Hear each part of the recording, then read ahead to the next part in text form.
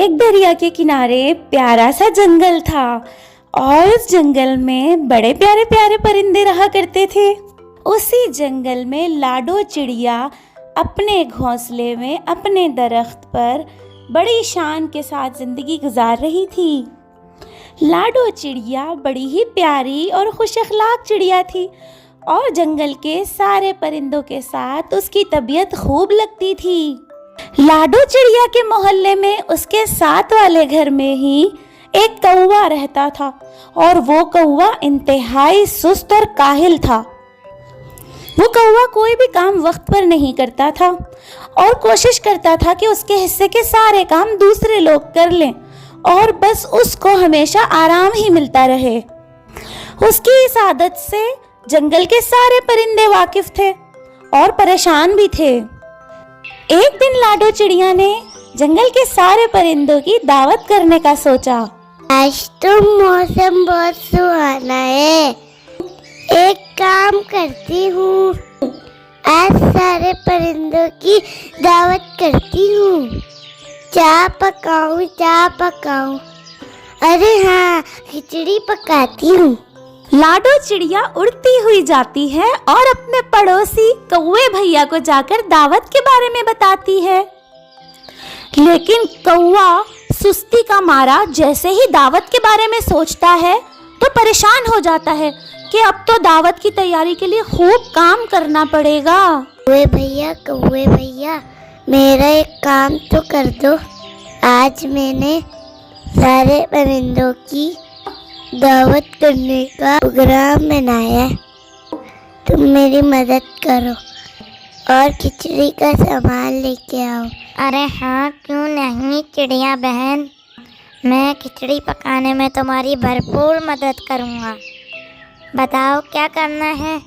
मैं मूंग की दाल लेके आ जाती हूँ, तुम चावल ले आओ। उफ खुदाया, चावल लेने जाना है। अरे चावलों के खेत तो बड़े दूर पड़ते हैं। चलो ठीक है, ले आता हूँ। चिड़िया कौवे के जिम्मे चावल लाने का काम लगाकर खुद मूंग की दाल लेने के लिए चली जाती है। चिड़िया के जाने के बाद कौवा वापस अपने घोंसले में आ जाता है। लगता है ये चिड़िया तो पागल हो गई है, भला दावत में भी कोई खिचड़ी पकाता है। अरे मैं नहीं जा रहा चावल लेने, अब कौन इतनी दूर जाकर अपने आप को थकाए। कौवा अपनी आदत से मजबूर एक बार फिर से सुस्ती का बहाना बना के आराम करने लग जाता है, जबकि चिड़िया मूंग की दाल ढूंढ कर ले आती है। जैसे ही चिड़िया वहां पहुंचती है तो कौवे को वहां ना देखकर सोचती है कि शायद चावल लेने गया होगा। लेकिन इतनी देर में जब कौवा बाहर आता है तो चिड़िया उससे कहती है, अबे कौवे भैया, इतनी देर हो गई, तुम अभी तक चावल लेने नहीं गए। अरे मैं तो जा ही रहा था चावल लेने, मगर बस मेरा एक दोस्त आ गया तो उसके साथ बातों में लग गया। कहाँ अच्छा चलो ठीक है, चावल मैं ले आती हूँ। तुम एक काम करो, तुम तोते के घर से थोड़ी सी मिर्ची ले आओ। हाँ ठीक है चिड़िया बहन, ये ठीक रहेगा। चावल तुम ले आओ और मैं मिट्टू मियाँ के घर से मिर्चें ले आता हूँ। कौवा एक बार फिर चिड़िया को बेवकूफ बना देता है और चिड़िया बेचारी मासूम एक बार फिर चावल लेने के लिए उड़ जाती है। लेकिन चिड़िया को याद आता है कि रास्ते में मिट्टू मियाँ का घर पड़ता है। क्यों ना मिट्टू मियाँ से कह दिया जाए कि जाके सारे परिंदों को दावत दे दे और शाम की दावत का बता दे। यही सोचकर चिड़िया मिट्टू मियाँ के घर चली जाती है। अरे तोते भैया, तुम कैसे हो?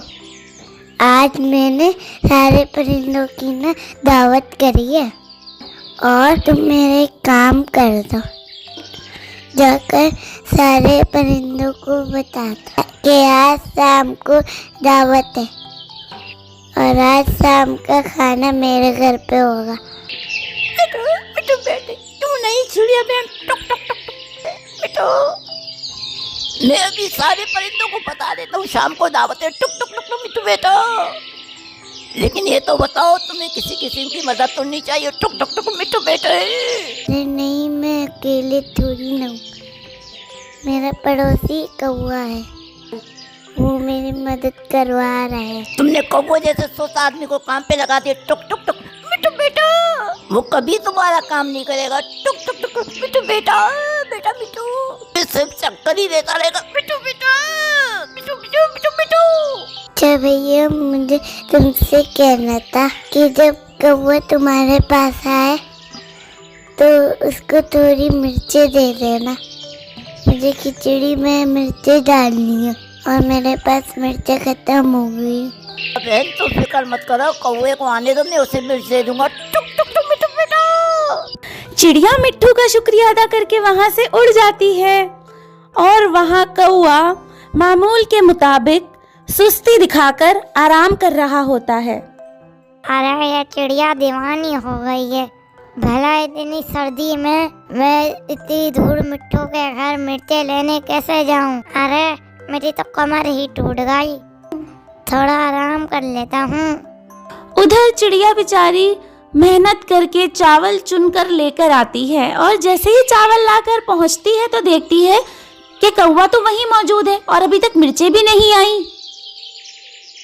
अरे ये क्या कौवे भैया, मैंने तुम्हें मिर्ची लाने का कहा था, तुम तो आराम से कंबल ओढ़ के सो रहे हो।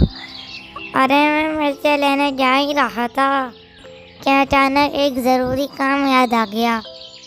चलो ठीक है, मैं खुद ही मिर्चें ले आती हूँ। कौवा एक बार फिर बहाना बनाकर अपनी जान छुड़ा लेता है और चिड़िया बेचारी खुद ही मिर्चें लेने चली जाती है। कुछ ही देर में चिड़िया मिर्चें लेकर पहुंचती है और फिर कौवा और चिड़िया मिलकर खिचड़ी पकाते हैं। खिचड़ी के पकते पकते ही खिचड़ी से बड़ी बेहतरीन खुशबू आती है और कौवे के मुंह में पानी आना शुरू हो जाता है।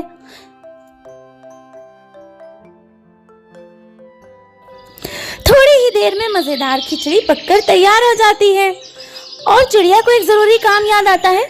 वो खिचड़ी के पास कौवे को बिठाती है और कौवे से कहती है कि खिचड़ी का ख्याल रखना, मैं बस अभी आती हूँ। चिड़िया के चले जाने के बाद कौवे की नीयत खराब हो जाती है और गरम गरम मजेदार खिचड़ी देखकर उसका दिल ललचाने लगता है।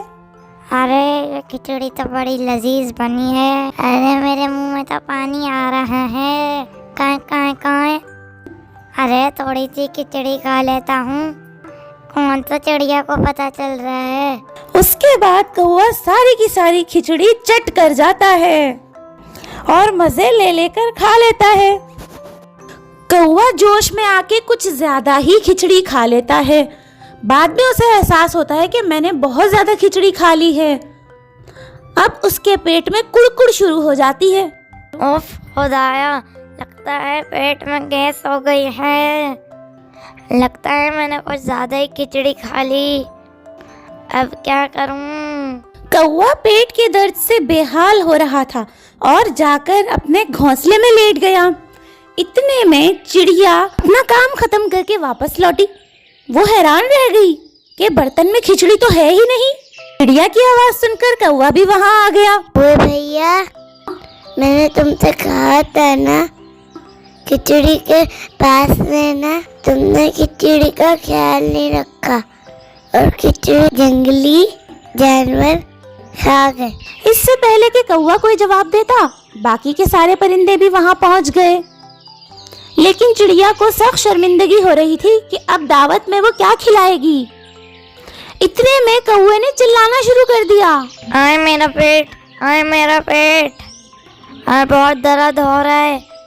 अरे मुझे बचाओ, अरे कोई मेरे अस्पताल लेके जाओ। अरे कौवे भैया, तुम्हें अचानक क्या हुआ? तुम्हारे पेट में इतना दर्द क्यों हो रहा है? तुमने तो आज काम भी नहीं किया, फिर आखिर ऐसे क्या हो गया? अरे कुछ नहीं, बस आज मैंने खिचड़ी खा ली थी और कुछ ज़्यादा ही खा ली थी। शायद ये उसी वजह से हुआ है। उफ मेरा अल्लाह। सारे परिंदे समझ गए कि ये खिचड़ी वाली कहानी कौवे की वजह से हुई है। आखिर में मिट्ठू मियाँ ने कहा, ओ मिठू बेटे, दूसरे का माल खाओगे पेट में दर्द होगा। मिठू बेटे, मिठू दोस्तों, इस कहानी से हमें सबक मिलता है कि हमें कभी भी झूठ नहीं बोलना चाहिए और दूसरों के माल पे कभी नजर नहीं रखनी चाहिए। जो लोग सुस्ती और काहिली दिखाते हैं और अपने हिस्से के काम छोड़ देते हैं और दूसरों का माल खा जाते हैं, वो जिंदगी में हमेशा नाकाम रहते हैं।